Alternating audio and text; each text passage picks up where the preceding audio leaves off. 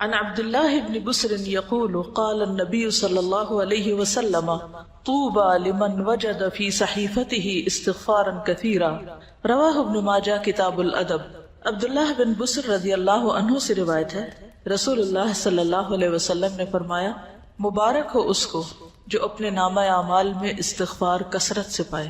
توبہ کہتے ہیں نا، مبارک ہو، خوشخبری ہو اس شخص کے لیے جس کے صحیفہ یعنی نامہ اعمال میں کثرت سے استغفار موجود ہو۔ انسان چونکہ ہر دم غلطی کرتا رہتا ہے تو اس کو توبہ کرنی ہوتی ہے، اور توبہ کے لیے جو ایک فارمل طریقہ ہے وہ کیا ہے؟ استغفار کرنے کا، یعنی باقاعدہ بخشش مانگی جائے، ٹھیک ہے نا، اللہ سے بخشش مانگنا۔ تو جو شخص کثرت سے بخشش مانگتا ہے obviously اسی کے نامہ اعمال میں بہت زیادہ استغفار ملے گی۔ تو اگر آپ امیجن کریں کہ آپ کے ایک دن کے جو سارے اعمال ہیں یا ان کی جو کہانی ہے صبح سے شام تک کی، تو ہم سب دیکھیں کہ ہمارے نامہ اعمال میں ہمارے ایک دن کی ڈائری میں کتنی بار استغفار شامل ہوئی، ہم نے کتنی بار استغفار کیا، یعنی لفظ استغفر اللہ یا اللہم اغفر لی یا رب اغفر لی یا اللہ مجھے معاف کر دے، کتنی بار کہا، کیونکہ جتنی بار کہیں گے اتنی بار ہی لکھا جائے گا، یعنی جتنی بار معافی مانگیں گے استغفار کریں گے وہی موجود پائیں گے۔ اور اس کے برعکس دیگر باتیں کتنی ہیں یا کیا کیا چیز ہے اس میں۔ اصل بات یہ ہے کہ ہم فالتو باتوں کے اتنے عادی ہو چکے ہیں کہ جو کرنے کی بات ہے اس کے لیے وقت کم رہ جاتا ہے، کیونکہ وقت تو اتنا ہی ہے نا۔ تو آپ چاہیں تو اس میں اچھی باتیں کر لیں، استغفار کر لیں، اللہ کا ذکر کر لیں، یا کسی کو فائدہ پہنچانے کا کوئی کام کر لیں، اور چاہیں تو ادھر ادھر کی اپنی کہانیاں سناتے ہوئے وقت گزار دیں، کیونکہ بولنا تو ہم نے ہے ہی، وہ تو ہماری فطرت میں کہ ہم نے بولنا ہے، اور صبح سویرے بولنا شروع کر دیں۔ ذکر کا جو وقت ہے، جس وقت ساری کائنات یا زمین آسمان کی ہر چیز ایک طرح سے ذکر میں مصروف ہوتی، چڑیا پرندے ہر چیز چہچہا رہی تھی، اور دراصل کیا کر رہے ہوتے ہیں؟ اللہ کی تسبیح ہی کر رہے ہوتے ہیں۔ تو ہم تو اس وقت بھی باز نہیں آتے باتیں کرنے سے، فالتو باتیں، تو باقی دن تو پھر ہے ہی باتوں کا۔ تو ہم سب کو اپنا محاسبہ کرنے کی ضرورت ہے، اور اپنے لیے ایک سوال لکھ کے رکھ سکتے ہیں کہ میں نے آج کتنی بار استغفار کی۔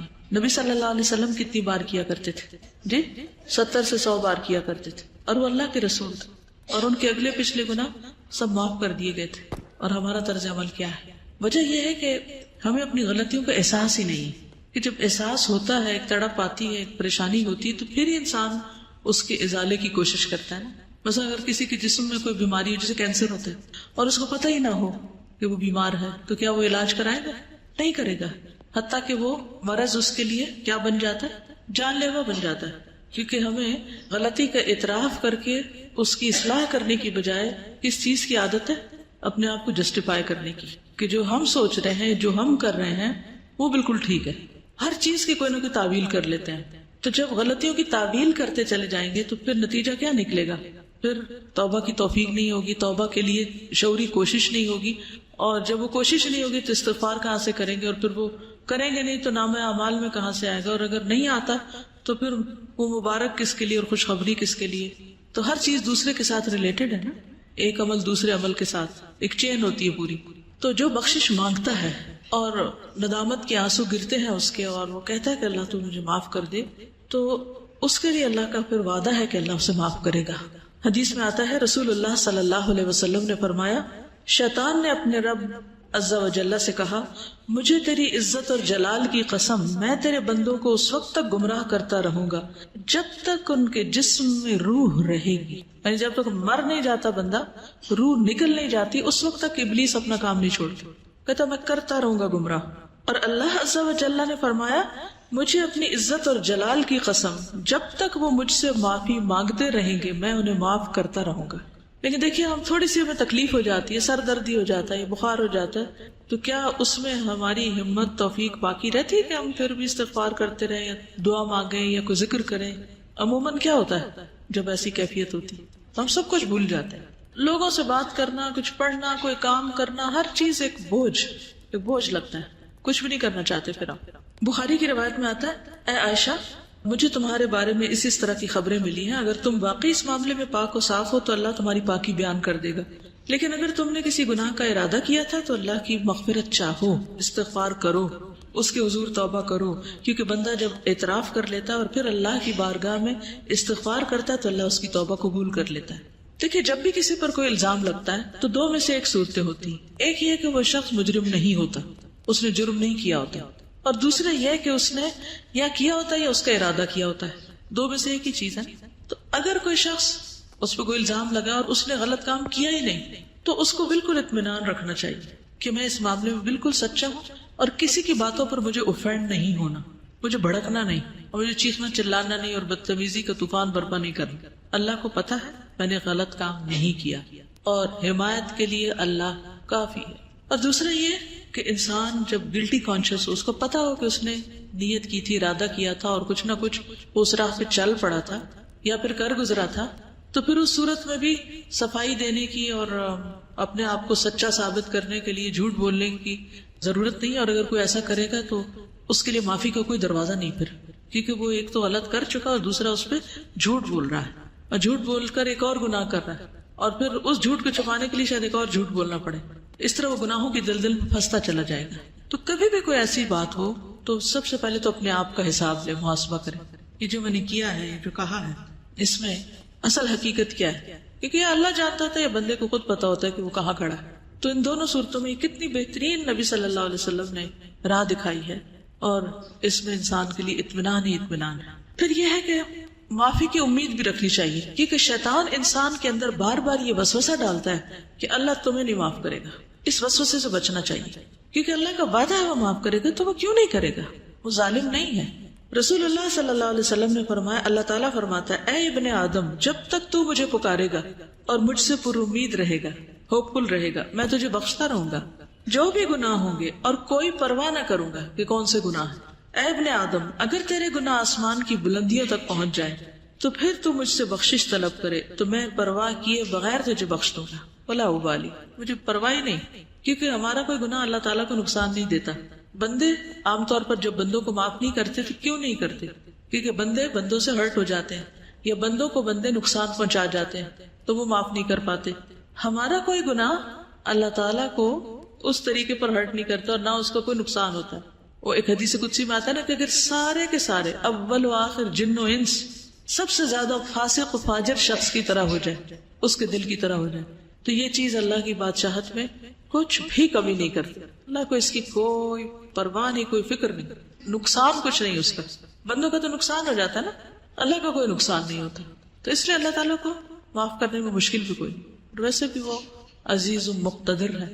اے ابن آدم, اگر تو زمین کے برابر گناہ لے کر میرے پاس آئے اور اس حال میں مجھ سے ملے کہ میرے ساتھ شرک نہ کیا ہو تو میں تجھے ان گناہوں کے بقدر بخشش عطا کروں گا. پوری زمین بھی ایک بندے کے گناہوں سے بھر جائے تو بھی اللہ تعالیٰ معاف کر دیتا ہے اگر بندہ سچے دل سے توبہ کرنے والا ہو. اس میں وہ مثال بھی آپ یاد رکھیے, 99 قتل کرنے والے کی, 99 بندوں کے قاتل کی, اللہ تعالیٰ نے اس کو بھی معاف کر دیا, حالانکہ ابھی وہ اس راہ پہ چلا ہی تھا. عربی کے الفاظ بڑے خوبصورت ہیں کہ جس کا مفہوم کچھ اس طرح بنتا ہے, اگر تو آسمان بھر گناہ لائے تو اسی مقدار سے میں تمہارے پاس بخشش لاؤں گا, اور زمین بھر اگر تو گناہ لائے تو زمین بھر بخشش سے تیری طرف آؤں گا. لیکن اصل چیز کیا ہے, اعتراف, جو سب سے مشکل کام ہے اپنی غلطی کا. یہ کہنا کہ آئی واز رانگ, میری غلطی ہے, میں نے غلط کیا, یہ دنیا کا مشکل ترین کام ہے. غلطی کرنے کے بعد عموماً ہم یہی کہتے ہیں نہیں میں نے غلط, دوسرا بندہ غلط ہے, اس کی غلطی, دوسرے کو بلیم کرتے ہیں اور اپنی غلطی بھول جاتے ہیں. تو توبہ کے لیے لازمی شرط یہ کہ پہلے بندہ مانے, اقرار کرے کہ ہاں میں نے غلط کیا, ورنہ زبان سے صرف تسبیح لے کے آپ سارا دن 1000 دفعہ کہتے رہے. اگر آپ مان ہی نہیں رہے اپنی غلطی تو کس بات کی معافی مانگ رہے ہیں, پھر کس بات کی توبہ کر رہے ہیں, کس بات پہ استغفار کہہ رہے ہیں. نہ آپ وہ بری عادت چھوڑ رہے ہیں اور نہ ہی آپ اس کا اقرار کر رہے ہیں اور نہ آپ اس پہ شرمندہ ہیں اور نہ آپ کو پورا یقین ہے کہ اللہ اس کو معاف کر دے گا. تو پھر کر کیا رہے ہیں آپ, صرف زبان کی ایکسرسائز یا ہاتھوں سے دانے پھینکتے چلے جا رہے ہیں کہ میں استغفار کر رہا ہوں. پھر یہ کہ جب انسان اللہ سے پر امید ہوتا ہے اور واقعی یہ یقین رکھتا ہے کہ میرا رب ہے جو مجھے معاف کرے گا یا معاف کر سکتا ہے یا وہ کرتا ہے, ضرور کرتا ہے, تو ایسا شخص پر کبھی مایوس نہیں ہوتا, وہ مایوسی کے قریب نہیں جاتا, ہر حال میں پر امید اور مطمئن رہتا ہے. ابو ہریرہ کہتے ہیں میں نے نبی صلی اللہ علیہ وسلم کو فرماتے ہوئے سنا, ایک بندے نے بہت گناہ کیے اور کہا ہے میرے رب میں تیرا ہی گناہ گار بندہ ہوں, تو مجھے بخش دے, یعنی میں ہی تیرا گناہ گار بندہ ہوں, تو مجھے معاف کر دے. اللہ رب العزت نے فرمایا میرا بندہ جانتا ہے کہ اس کا کوئی رب ہے جو گناہ معاف کرتا ہے, اور گناہ کی وجہ سے سزا بھی دیتا ہے. اس کو یہ بھی یقین ہے کہ اگر نہیں معافی ملی تو پکڑ ہو جائے گی. تو میں نے اپنے بندے کو بخش دیا. پھر بندہ رکا رہا جتنا اللہ نے چاہا، جتنی اللہ نے اس کو توفیق دی وہ گناہ سے رکا رہا. پھر اس نے گناہ کر لیا اور عرض کیا اے میرے رب میں نے پھر گناہ کر لیا، پھر غلطی ہو گئی، اسے بھی بخش دے. اللہ تعالیٰ نے فرمایا میرا بندہ جانتا ہے کہ اس کا کوئی رب ہے جو گناہ معاف کرتا ہے اور اس کے بدلے میں سزا بھی دیتا ہے. میں نے اپنے بندے کو بخش دیا. پھر جب تک اللہ نے چاہا بندہ گناہ سے رکا رہا، پھر اس نے گناہ کر لیا اور اللہ کے حضور عرض کیا اے میرے رب میں نے پھر گناہ کر لیا، تو مجھے بخش دے. اللہ تعالیٰ فرماتا ہے میرا بندہ جانتا ہے اس کا ایک رب ہے جو گناہ معاف کرتا ہے اور اس کی سزا بھی دیتا ہے. تو میں نے اپنے بندے کو 3 مرتبہ بخش دیا، بس اب جو چاہے عمل کرے. اس کا یہ مطلب نہیں جو چاہے اب گناہ کرے تو اب آئندہ کے لیے بھی اس کی بخشش ہوگی. مطلب یہ کہ جب بھی اس سے گناہ ہو تو دیر نہ کرے. وہ فارسی میں آتا نا 100 بار اگر توبہ شکستی باز آ، 100 بار بھی توبہ ٹوٹ جائے تو بھی باز آ جاؤ، پھر بھی پلٹ آؤ، پھر بھی لوٹ آؤ، کیونکہ وہ رب 100 بار توبہ کرنے والوں کو 100 بار معاف کر دیتا ہے. تو اس بات کا یقین کہ اللہ تعالیٰ معاف کر دے گا، اور یہ سراسر اس کے اپنے اختیار میں بھی ہے. یغفر لمن یشاء ویعذب من یشاء. رونا کس بات پہ آنا چاہیے کہ اللہ یہ سب تیرا فیصلہ ہوگا، اگر تو نے معاف نہ کیا تو میرے پاس تو کوئی اور دروازہ نہیں کہ میں وہاں جا کے معافی مانگوں، تجھے کو معاف کرنا ہے اور تو معاف کر دے. تو اس کے لیے تڑپنا بھی چاہیے، یعنی اس کو کھیل نہیں بنا لینا چونکہ اللہ نے معاف کر دینا اس لیے گناہ کر لو اور کرتے چلے جاؤ. کیا پتا کہ توبہ کی توفیق بھی پھر ہوتی ہے یا نہیں. اس امید پہ گناہ نہیں کرنے چاہیے، ہمیشہ اعتراف کی روش پہ چلتے جانا چاہیے. نبی صلی اللہ علیہ وسلم نے لوگوں کو استغفار کی ترغیب بھی دلائی ہے متعدد بار. مثلاً ایک بار آپ نے فرمایا قسم اس ذات کی جس کے قبضہ قدرت میں میری جان ہے، اگر تم گناہ نہ کرتے تو اللہ تعالیٰ تمہیں لے جاتا اور ایسے لوگوں کو لاتا جو گناہ کرتے پھر معافی مانگتے تو اللہ ان کو معاف کر دیتا. کیونکہ اللہ تعالیٰ کو معاف کرنا پسند ہے، انسانوں کو معاف کرنا پسند نہیں. انسان معاف کرنا پسند نہیں کرتے، لیکن اللہ تعالیٰ معاف کرنے سے محبت رکھتا ہے، وہ معاف کرنا چاہتا ہے. شرط یہ ہے کہ کوئی شخص واقعی پھر معافی مانگے.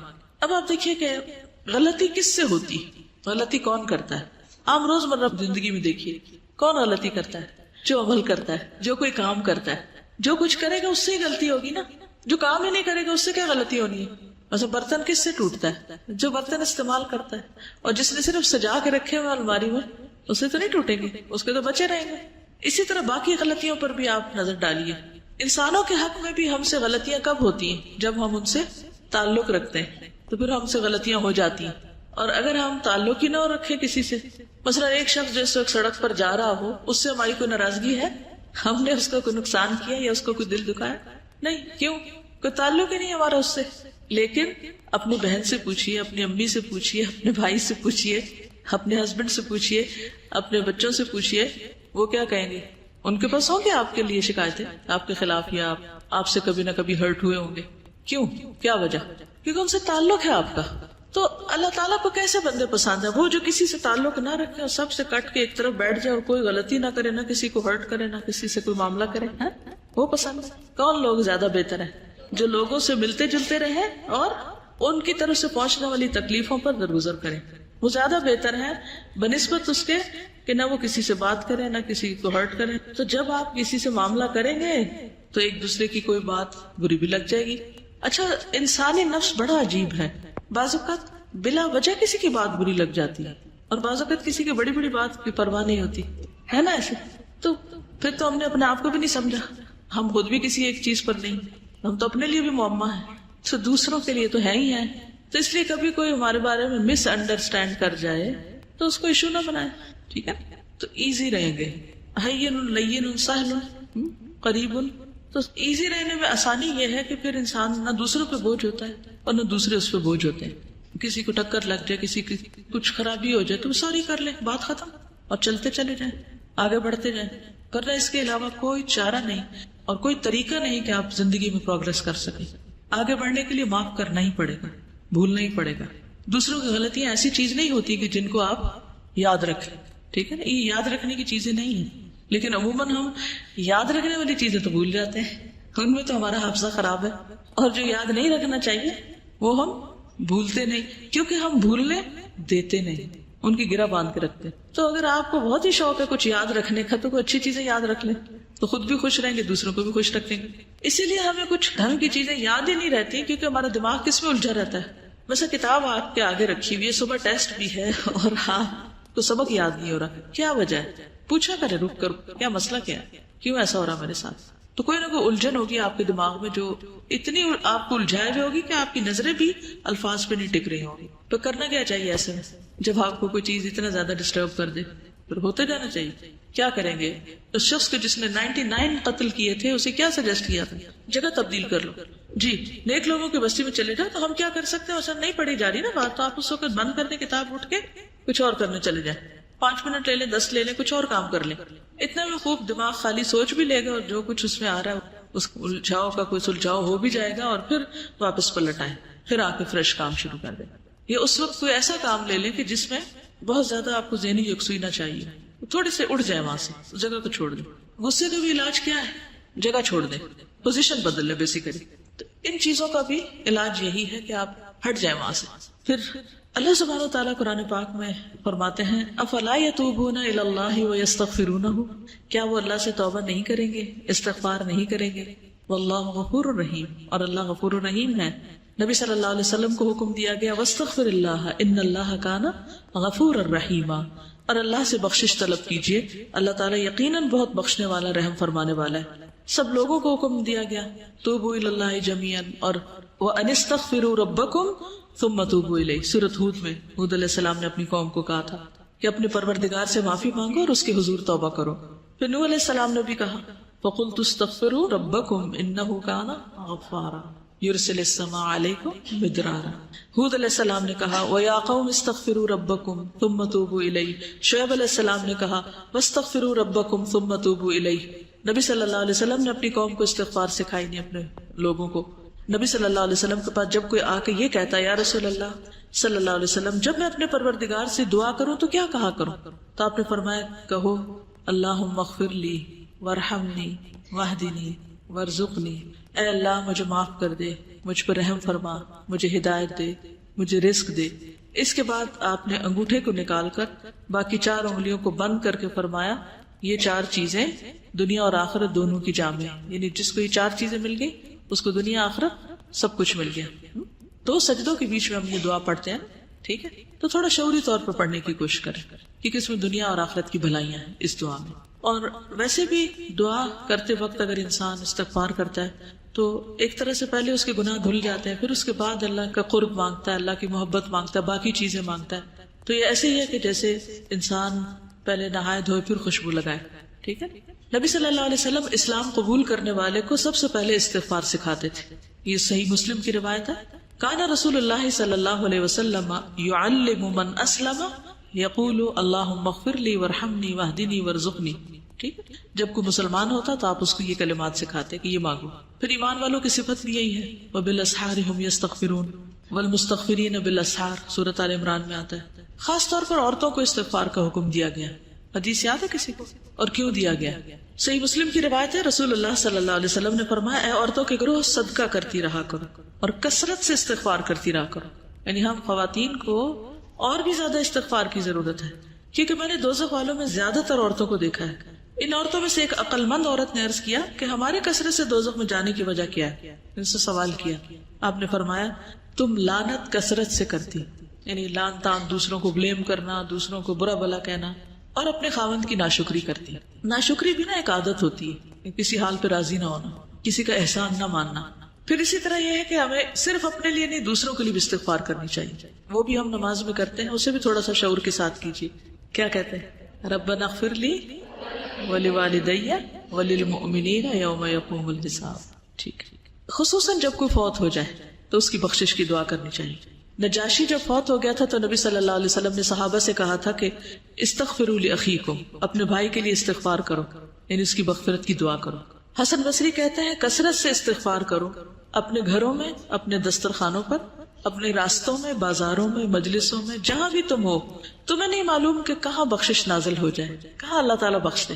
کیونکہ حدیث ہے نا توبہ, یعنی خوشخبری کس کے لیے؟ لمن وجد فی صحیفتی استغفارا کثیرا, جس کے صحیفے میں, جس کے اعمال نامے میں کثرت سے استغفار. تو پھر ہر موقع پہ, ہر مجلس میں, ہر جگہ انسان کرتا رہے, اور پھر برائی کرتے ہی ساتھ ہی کر لے, لیکن صرف برائی کرتے ہی نہیں، نیکی کے بعد بھی، نیکی کا کام کر کے بھی. کیوں؟ وہ کیوں؟ جیسے نماز کے بعد ہم سلام پھیرتے ہیں نا، تو سب سے پہلے کیا کرتے ہیں؟ اللہ اکبر، استغفر اللہ. واہ، کیوں؟ آپ نماز کے اندر بھی غلطیاں ہوتی ہیں، نماز کا حق ہی ادا نہیں کرتے، اور شابش، نیک کام کرتے ہوئے ہو سکتا نیت میں کوئی خرابی ہوگی، اور تکبر سے بھی بچتا ہے انسان کہ ہم اس کا حق ادا نہیں کر پائے. اللہ تو معاف کر دے، ہمیں جو کرنا چاہیے وہ ہم نے نہیں کیا. اس سے ایروگنس نہیں آئے گی کہ ہم نے بہت کچھ کر لیا، جو کرنا چاہیے تھا وہ کر نہیں پائے. ما عبدناک حق عبادتک، فرشتے کہیں گے نا. اور حقیقت بھی یہی ہے نا، ہم میں سے کون سیٹسفائیڈ اپنے کاموں سے کہ میں تو بہت اچھے کر رہا ہوں. یہ دھڑکا لگا رہتا ہے کہ کل جب کھلے گا اعمال نامہ تو پتہ نہیں کون سا کام کس کوالٹی کا نکلے گا اس میں سے. اول تو نیکیاں کرتے ہی کام ہے، جو کر لیتے ہیں ان کو خراب بہت زیادہ کر دیتے ہیں، مختلف چیزوں سے ان کو ستیہ ناش بھی کرتے ہیں یا ان کی شکل بگاڑ دیتے. تھوڑا سا کام کر لیتے ہیں تو بس چین نہیں پاتے جب تک لوگوں کو بتا نہ بیٹھے کہ یہ میں نے کیا تھا. یہ جیسے ابھی بات یہ تھی نا کہ اگر کوئی بات کر رہا ہو تو میں تو پہلے سے ہی کرتا ہوں، مجھے تو پہلے ہی پتا ہے، یہ تو میں پہلے سے جانتا ہی، یہ تو مجھے آتی ہے، یہ میں نے تو کیا تھا. عموماً کیا جملے ہوتے ہیں. کیا اللہ تعالیٰ نہیں دیکھ رہا اس وقت کہ ہمیں اصل شوق کس بات کا ہے، اصل شوق کس چیز کا ہے، کیا محرک ہے، کس جذبے سے لگے ہوئے ہیں. تو اس لیے اس پہ بھی بہت راضی ہو جانے کی ضرورت نہیں. کوئی بھی چاہے صدقہ خیرات کرے، کچھ بھی کام کرے، کوئی بھی، تو ڈرتے ہوئے. والذین یؤتون ما آتوا وقلوبهم وجلة. تو اہل ایمان تو وہ ہوتے ہیں کہ جو کرتے ہیں اور ان کے دل ڈر رہے ہوتے ہیں، نیکی کرتے ہوئے ڈر رہے ہوتے ہیں کہ پتہ نہیں کس کوالٹی کی ہے. یہ سال میں سب سے زیادہ بخشش کب ہوتی؟ رمضان کے علاوہ یوم عرفہ. عرفہ کے دن سب سے زیادہ لوگوں کی معافی ہوتی ہے، اور شیطان اپنے سر میں مٹی ڈالتا ہے، روتا ہے، چیختا ہے، چلاتا ہے. آپ کو پتہ ہے کہ عرفات سے واپس آنے کے بعد کیا کرنے کو کہا گیا؟ آیت پڑھے، ثم افیدوا واستغفر اللہ. اس وقت بھی کیا کرو جب عرفات سے لوٹ رہے ہو تو یہ نہ کہو بس اب تو سب معاف ہو گیا، میں آرام کی نیند سو جا کے.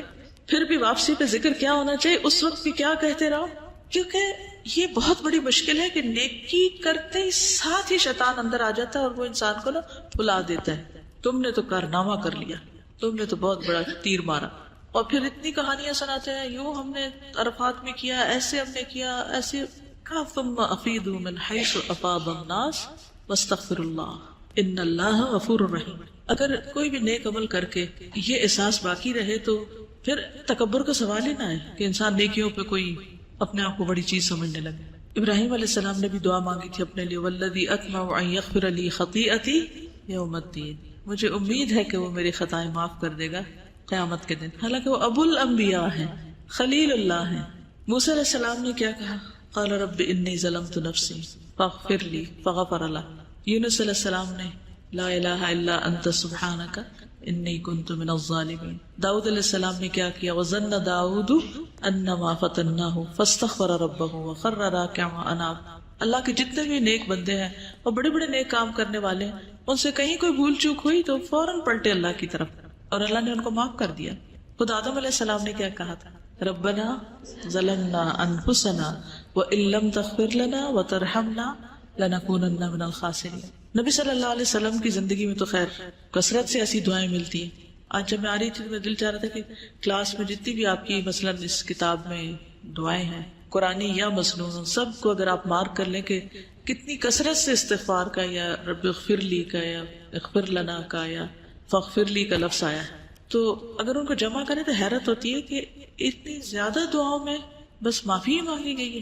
کیونکہ انسان کی اگر معافی ہو جائے تو باقی سب چیزیں تو خود ہی ٹھیک ہو جائیں گی. عمران بن حسین کہتے ہیں کہ نبی صلی اللہ علیہ وسلم کی اکثر دعا یہ ہوتی تھی، اللہم اغفر لی ما اخطأت وما تعمدت وما اسررت وما اعلنت وما جہلت وما تعمدت. اے اللہ میرے ان گناہوں کو معاف فرما جو میں نے غلطی سے کیے یا جان بوجھ کے کیے، چھپ کر کیے، اعلانیہ طور پر کیے، نادانی میں کیے یا جانتے بوجھتے ہوئے کیے. یعنی گناہوں کی بھی قسمیں ہیں نا، کوئی کسی طرح ہو جاتا ہے، کوئی کسی طرح، کوئی کسی طرح. پھر سونے سے پہلے نبی صلی اللہ علیہ وسلم جب بستر پر جاتے، حدیث میں آتا ہے جب آپ تشریف لاتے تو جب لیٹتے، اذا اخذ مضجعه من الليل فقال بسم الله وضعت جنبي اللهم اغفر لي ذنبي واخسأ شیطانی وفک رہانی وجعلنی فی الندی الاعلی. اے اللہ تو میرے گناہ بخش دے، میرے شیطان کو ذلیل کر، میری قید کو کھول دے، اور مجھے اعلیٰ و عرفہ مجلس کا ہم نشین کر دے. اعلیٰ و عرفہ مجلس کون سی ہے؟ فرشتے، صالحین وغیرہ. پھر اسی طرح رات میں کسی بھی وقت آپ کی آنکھ کھلتی تو اس وقت بھی دعا کرتے. پھر جب تہجد پڑھتے تو سجدے میں پڑھتے رب اغفر لی ما اسررت وما اعلنت، اللہ میرے پوشیدہ اور ظاہر تمام گناہ معاف کر دے. بیت الخلاء سے واپس باہر آنے پر غفرانک، مسجد سے نکلنے پر.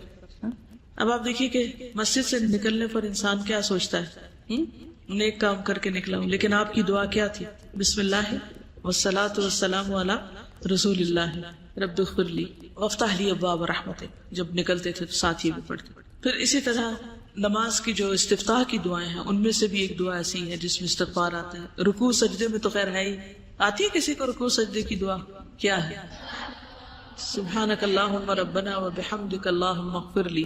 ٹھیک ہے، آپ سجدے میں یہ دعا بھی پڑھتے تھے، اللہم اغفر لی ذنبی کلہ دقہ وجلہ واولہ وآخرہ وعلانیتہ وسرہ. پھر دو سجدوں کے بیچ میں ایک تھا نا اللہم اغفر لی ورحمنی، دوسری یہ بھی تھی رب اغفر لی. یعنی وہ پڑھنے کے بعد اگر آپ یہ بھی ایڈ کرنا چاہیں تو کر سکتے ہیں. کیونکہ اس دفعہ رمضان میں جب کافی دیر بیٹھے رہتے تھے تو میں سوچتی کہ اچھا 3 دفعہ شاید یہ دعا پڑھ لیں، 5 دفعہ پڑھ لیں، اس کے علاوہ کیا ہوگا، یعنی اور کیا ہوگا جو یہاں پڑھا جا سکتا ہے. تو نبی صلی اللہ علیہ وسلم کثرت سے رب اغفر لی پڑھتے. پھر اسی طرح تشہد میں پھر سلام پھیرنے کے بعد بھی حضرت علی کہتے ہیں کہ رسول اللہ صلی اللہ علیہ وسلم جب نماز سے سلام پھیرتے تو فرماتے اللہم اغفر لی ما قدمت وما اخرت وما اسررت وما اعلنت وما اسرفت وما انت اعلم به منی انت المقدم وانت المؤخر لا الہ الا انت. پھر اسی طرح دن میں چلتے پھرتے کثرت سے آپ استغفار کرتے تھے، 70 سے 100 بار استغفار کرتے.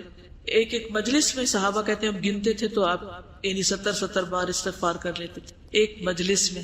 اگر 70 دفعہ استغفار کریں تو باقی باتیں کتنی ہوں گی، اور ہماری مجلس میں کتنی دفعہ استغفار ہوتا ہے. آخر میں بھی کر لیں تو بڑی خوش قسمتی کی یاد رہے کہ اختتام مجلس کی دعا پڑھ لیں. مجلس سے آپ کیا مراد لیتے؟ جیسے یہ درس کلاس ہے یا کچھ اور؟ مثلا کون سی مجلس؟ کوئی بھی گیدرنگ، فرینڈس کی گیدرنگ، فیملی گیدرنگ، شادی کے موقع پر، پارٹی میں، گھر میں، اپنے روم میں، ٹیلی فون پہ، ہاں کوئی بھی گروپ ورک جب کر رہے ہوتے ہیں. اصل میں ہم کہتے تھے ہم سنت کے بڑے پیروکار ہیں، لیکن حقیقت میں روح نہیں پائی ہم نے کہ ہمارے اندر بھی وہ کچھ چیزیں آ جائیں. پھر ہم یہ کہتے ہیں نہیں وہ تو نبی صلی اللہ علیہ وسلم کے لیے خاص تھی. ٹھیک ہے، آپ سے بڑھ کر کسی نے کوئی بڑا کام نہیں کیا، لیکن آپ کے لیے کیا صورت اتری؟ اذا جاء نصر اللہ والفتح ورأیت الناس يدخلون فی دین اللہ افواجا فسبح بحمد ربک واستغفرہ انہ کان توابا. اس کے بعد آپ نے خاص طور پر اور کثرت سے استغفار شروع کر دی. اتنی بڑی اچیومنٹ کے بعد، مشن مکمل ہو گیا اس کے بعد تو ٹھیک ہے وہ اگر 100 بار کرتے تھے یا 70 بار تو ہمیں کم از کم کتنی بار کر لینی چاہیے، یا ہمیں ضرورت نہیں. اصل بات یہ کہ اگر ہمارا شعور زندہ ہو نا کہ جب ہم کوئی بات کر رہے ہوتے ہیں، کوئی کام کر رہے ہوتے ہیں تو اس کے بیچ میں ہی ہمیں اگر احساس ہونے لگے کہ کچھ ٹھیک نہیں ہوا تو آپ دیکھیں کہ یہ جو ڈپریشن کے فٹس پڑتے ہیں نا، اور یہ دل گھبرانے کے اور یہ پریشانی کے اور کہ وہ لو ہو رہا ہے سب، تو وہ شروع ہونے ہی لگے تو پکڑ لے اپنے آپ کو. اب لیٹ نہ جایا کرے اس کے آگے کہ ہاں چڑھائی کر دو مجھ پر بے بسی یا اداسی کا فٹ یا غم کا یا غصے کا یا کسی چیز کا، اسے کنٹرول نہ کرنے دیا کرے اپنے آپ کو. اسی وقت ہوشیار ہو جایا کرے. اور ہوشیاری کے لیے کیا، جگہ تبدیل کر دیں، ہٹ جائے وہاں سے، اور پھر اس کے بعد فوراً استغفار شروع کر دی، تسبیح شروع کر دی، کوئی اچھا کام شروع کر دیا. اور پھر آپ دیکھیں گے کہ وہ جو آیا تھا نا شیطان اپنی فوجوں کے ساتھ، تو آپ نے اس کو ہرا دیا، ناکام کر کے واپس بھیج دیا. آپ کو پتا نا جب کوئی شخص دین کی طرف آتا ہے تو پھر شیطان اکیلا نہیں، وہ جب ہار جاتا ہے نا، تھک جاتا ہے تو پھر فوجیں لے کے آ جاتا ہے. آپ نے دیکھا کہ جو بچے قرآن حفظ کر رہے ہوتے ہیں ان کو کتنی مشکل ہوتی ہے بیچ میں، اگر آپ میں سے کچھ لوگوں نے کیا ہو، کیونکہ ان کے اوپر زیادہ اٹیک ہوتا ہے، زیادہ اگریسو ہو جاتے ہیں بعض اوقات. اس کو تو میں کسی طرح پکڑوں، اس کو تو اغوا کروں. تو اگر کسی کے دروازے پر فوج کھڑی ہوئی اغوا کرنے کے لیے اس کو، تو وہ کیا کرے گا؟ کسی سے مدد لے گا، چھپے گا، بچے گا؟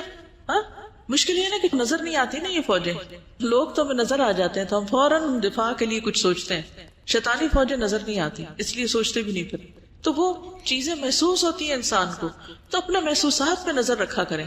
وہ جو عام طور پر ایک کوشچن لکھا ہوتا ہے نا مختلف سوشل میڈیا وغیرہ کے اوپر کہ واٹس آن یور مائنڈ، کہ کیا سوچ رہے ہو تم اس وقت، تو یہاں لکھ دو، پوری دنیا میں نشر کرو کہ کیا سوچ رہے ہیں. اور آپ پھر دیکھیں کہ لوگ کیا کیا لکھتے ہیں نا، کہ کیا سوچ رہے ہیں، ان کے ذہن میں کیا ہے. اور میں سوچتی ہوں کہ کس قدر لوگ بے وقوف بنائے جاتے ہیں نا کہ اب کچھ بالکل آپ کی پرائیویٹ فیلنگز ہوتی ہیں اور جب آپ اس کو لکھ کے دنیا میں نشر کرتے ہیں یا آپ کی خاص طور پر کچھ چیزیں ایسی ہوتی ہیں کہ جو صرف آپ کے لیے ہوتی ہے نا، ان کو پبلک کرنا درست نہیں ہوتا، لیکن ہم بے سوچے سمجھے اپنی ہر چیز کو پبلک کر دیتے ہیں. نقصان کیا ہوتا ہے؟ پھر اس کے ٹریپ میں آ جاتے ہیں. یہ بھی پھندے ہیں اصل میں، کیونکہ پھر انسان اس سے پھر نکلے کیسے؟ تو جتنے پھندے زیادہ ہوتے ہیں اتنا نکلنا مشکل ہو جاتا ہے ان سے. ایک دن میں کتنی بار استغفار کی جائے. ایک بار میں نے کسی کا لیکچر سنا تھا پیس ٹی وی پہ شاید، تو وہ لیکچر دیتے ہوئے تھوڑی دیر بعد گھڑی کی طرف دیکھتے تھے، اور جب انہوں نے کئی بار ایسا کر لیا تو پھر انہوں نے بتایا کہ میں ایسا کیوں کر رہا ہوں. وہ کہتے تھے کہ میں ہر 15 منٹ کے بعد استغفار کرتا ہوں. اگر میں 18 گھنٹے بھی مطلب جاگ رہا ہوں تو ہر گھنٹے میں 4 بار کرنے سے 72 ٹائمز استغفار ہو جائے گا. Very good. کتنی اچھی ٹپ ہے نا کہ ہر 15 منٹ بعد اگر ہم استغفار کا اپنے ساتھ باندھ لیں. گھڑی تو ہم دیکھتے ہی رہتے ہیں، کچھ لوگ تو خبط ہوتا ہے وہ گھڑی دیکھنے کا، تو اس کے ساتھ اگر یہ باندھ لیں تو دن میں کم از کم ایک سنت تو پوری ہو. ابھی آپ نے بتایا نا کہ جیسے دوسروں کے لیے استغفار کریں، تو میں ایک ٹپ شیئر کرنا چاہوں گی جس کے اوپر میں نے عمل کیا تو مجھے اتنا فائدہ ہوا کہ جب آپ کی کوئی نیگیٹو فیلنگ آتی ہے اور ڈپریشن کا وہ ایک فیز آنا شروع ہوتا ہے، اور زیادہ تر ایسا ہوتا ہے کسی نے کچھ کیا ہوتا ہے تو تب زیادہ آپ ڈپریشن میں جاتے ہیں. ایک بک میں نے پڑھا تھا کہ اس وقت آپ اس شخص کے لیے استغفار کریں جو بہت مشکل ہوتا ہے، اور اگر آپ شعوری طور پہ کہنے کہ اللہم اغفر لہ وارحمہ، چند سیکنڈز میں نا وہ خیال چلا جاتا ہے آپ کے ذہن سے، اور پھر آپ بالکل ریلیکس ہو جاتے ہیں، بالکل نارمل ہو جاتے ہیں. وہ شخص آپ کے پہلے ساتھ بیٹھا ہوتا ہے اور آپ سے اس کو اریٹیشن ہو رہی ہوتی ہے، اور اسی شخص سے پھر آپ لاشعوری طور پہ خیر خواہی کر جاتے ہیں، اور بعد میں آپ کو یاد آتا ہے کہ یہ کیوں میں نے کیا، تو وہ پیچھے وہ استغفار جو آپ نے کیا ہوتا ہے. اور دوسرے کے لیے آپ اسی وقت کر سکتے ہیں نا استغفار جب آپ نے اس کو واقعی خود بھی معاف کر دیا، ورنہ تو آپ اللہ سے بھی اس کے لیے بخشش نہیں مانگیں گے. پھر اسی طرح آپ دیکھیے کہ سواری پہ بیٹھتے ہوئے اور پھر دنیا سے رخصت ہوتے ہوئے حضرت عائشہ کہتی ہیں کہ رسول اللہ صلی اللہ علیہ وسلم وفات سے کچھ پہلے آپ پر پشت کا سہارا لیے ہوئے تھے. آپ نے کان لگا کے سنا آپ دعا کر رہے ہیں، اللہم اغفر لی وارحمنی والحقنی بالرفیق الاعلی، اے اللہ مجھے بخش دے، مجھ پہ رحم کر اور مجھے رفیق اعلیٰ سے ملا. استغفار کے فائدے بھی قرآن و سنت سے ہمیں پتہ چلتے ہیں. سب سے پہلے تو ایک انسان کا دل صاف ہوتا ہے، اس کے اندر سے بری فیلنگ، برے وسوسے اور یہ چیزیں. ابن قیم کہتے ہیں کہ سینے کی گھٹن کے اسباب میں سب سے بڑا سبب اللہ سے اعراض کرنا ہے، دل کو اللہ کے سوا کسی اور کے ساتھ جوڑنا اور اللہ کے ذکر سے غفلت کرنا ہے. اور ہمیشہ دل سے سچا استغفار نکلنا جو ہے وہ دل کو تندرستی اور سلامتی کی طرف لوٹا دیتا ہے، یعنی گھٹن اور تنگی اس کی دور کر دیتا ہے. پھر یہ جسم کے اعضاء کا کفارہ بھی ہے. مختلف اعضاء سے جو غلطیاں ہوتی ہیں، 360 جوڑوں پر جو صدقہ واجب ہوتا ہے ان میں سے ایک استغفار بھی ہے. بیماریوں کا علاج بھی ہے. قتادہ کہتے ہیں کہ یہ قرآن تمہیں بیماری اور علاج بتاتا ہے، گناہ تمہاری بیماری ہے اور استغفار ان کا علاج ہے. اب یہ بات جو ہے کہ گناہ بیماری ہے اور استغفار علاج ہے، اس کے پیچھے کیا ریزن ہے؟ ایک تو یہ کہ دل کی بیماری، روحانی بیماری کہہ سکتے ہیں آپ، لیکن عام جو ہمیں جسمانی بیماریاں بھی ہوتی ہیں ان کے پیچھے بھی گناہ ہوتے ہیں. تو اللہ تعالیٰ بیماریوں کے ذریعے انسان کو ایک طرح سے پاک بھی کرتا ہے. تو بیماریوں کے علاج میں استغفار بھی شامل کر لینا چاہیے، چاہے وہ روحانی بیماریاں ہوں چاہے وہ جسمانی بیماریاں ہوں. کیونکہ نوح علیہ السلام نے جو اپنی قوم کو کہا تھا نا کہ استغفار کرو، تو اللہ تعالیٰ تمہیں کیا کچھ عطا کرے گا؟ بارشیں برسائے گا، باغ اگائے گا، اولاد دے گا اور مال دے گا. تو دنیا کی جو نعمتیں ہیں جن میں ایک صحت بھی ایک ہے، تو اس کے لیے بھی استغفار فائدہ مند ہے. امام ذہبی کہتے ہیں کہ بیماری کا علاج کثرت کے ساتھ سحری کے وقت استغفار کرنا اور سچی توبہ کرنا ہے.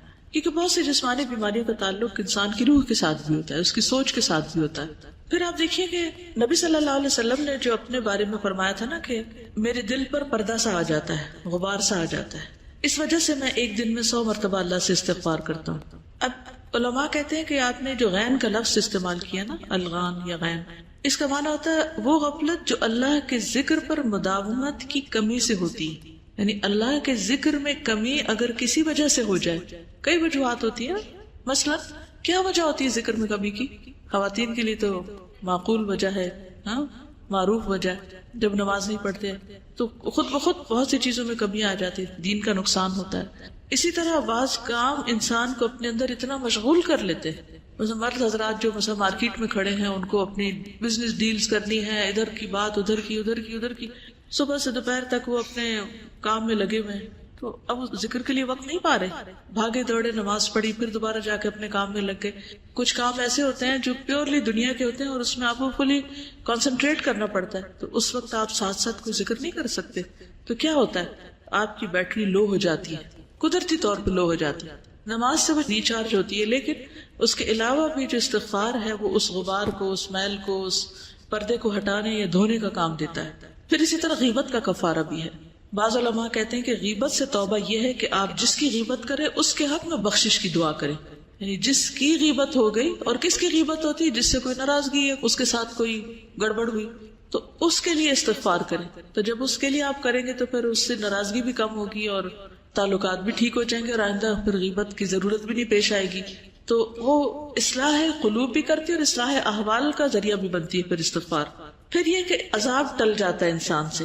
سورۃ الانفال میں آتا ہے وما کان اللہ معذبہم وہم یستغفرون، اور اللہ ایسے لوگوں کو عذاب دینے والا نہیں جو استغفار کرتے ہیں. حدیث میں آتا ہے انسان جب تک اللہ تعالیٰ سے استغفار کرتا ہے اس وقت تک اللہ تعالیٰ کے عذاب سے محفوظ رہتا ہے، اللہ کے عذاب سے محفوظ رہتا ہے. حسن بصری کہتے ہیں اگر تم رات کے قیام اور دن کو روزہ رکھنے پر قدرت نہیں رکھتے، یعنی نہ تم صبح اٹھ پاتے اور نہ روزہ رکھتے ہو، تو جان لو کہ تم محروم ہو.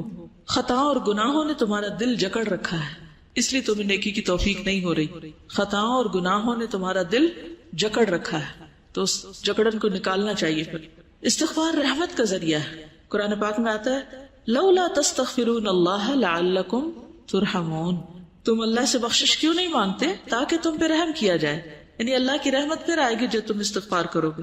اور پھر کبیرہ صغیرہ سب گناہوں کے لیے، اور خصوصاً والدین کے حق میں جب بندہ استغفار کرتا ہے تو ان کے مرنے کے بعد ان کے درجات بھی بلند ہوتے ہیں. ایک اور حدیث میں آتا ہے جو آدمی یہ پسند کرتا ہے کہ اس کا نامہ اعمال اسے خوش کر دے، یعنی اپنی کتاب دیکھ کے خوش ہو جائے، تو وہ کثرت سے استغفار کرے. پہلے حدیث میں تو مبارک کی بات ہے اور اس میں خوش ہونے کی بات ہے. حسن بصری نے ایک بوجھ اٹھانے والے کو اجرت پہ رکھا تو سارا راستہ اس کو یہی کہتے ہوئے سنا الحمدللہ استغفر اللہ. تو حسن بصری نے اس کو کہا کیا بات ہے تم اس کے علاوہ کوئی اور کلام نہیں پڑھتے، یعنی یہی پڑھے جا رہے ہو؟ تو اس نے کہا میں نے آدھا قرآن یاد کر لیا ہے اور مجھے یہی پتا چلا کہ بندہ دو ہی حالات کے درمیان میں ہوتا ہے، یا تو اللہ کی طرف سے اسے کوئی نعمت ملتی ہے تو اس پہ شکر واجب ہوتا ہے، یا گناہ ہوتا ہے تو اس پر استغفار واجب ہوتی ہے. اس لیے میں ہمیشہ یہی کہتا رہتا ہوں. حسن بصری نے خود سے کہا اے حسن تجھ سے تو یہ بوجھ اٹھانے والا زیادہ سمجھدار ہے، یعنی اس کو یہ حکمت کی بات پتہ چل گئی. اب انشاءاللہ تعالیٰ میں چاہوں گی کہ کچھ دعائیں جو ہیں استغفار کی ان کو اکٹھا کر لیا جائے اور کوشش کی جائے کہ اگر ہر روز پڑھ سکیں یا کم از کم ہفتے میں ایک دفعہ یا کوئی وقت ایسا مقرر کر لیا جائے. خصوصاً سحری کا وقت استغفار کا وقت ہے، ویسے سارا دن ہی ہے لیکن بالاسحار هم یستغفرون ٹائم کے ساتھ سحری کے وقت کو بتایا گیا. اور ان دعاؤں میں جیسے ربی انی ظلمت نفسی فاغفر لی، رب اغفر وارحم وانت خیر الراحمین، رب اغفر لی ولوالدی ولمن دخل بیتی مؤمنا وللمؤمنین والمؤمنات، رب اغفر لی ولاخی وادخلنا فی رحمتک وانت ارحم الراحمین، ربنا اتمم لنا نورنا واغفر لنا، پھر ربنا اغفر لنا ذنوبنا واسرافنا فی امرنا وثبت اقدامنا، پھر ربنا اغفر لنا ولاخواننا الذین سبقونا بالایمان، ربنا اغفر لنا ذنوبنا وكفر عنا سيئاتنا وتوفنا مع الابرار، ربنا لا تجعلنا فتنة للذين كفروا واغفر لنا ربنا انت ولينا فاغفر لنا وارحمنا وانت خير الغافرين، سمعنا واطعنا غفرانك ربنا واليك المصير. اور پھر سید الاستغفار جو ہے اللہ تعالی ہم سب کی بخشش فرمائے.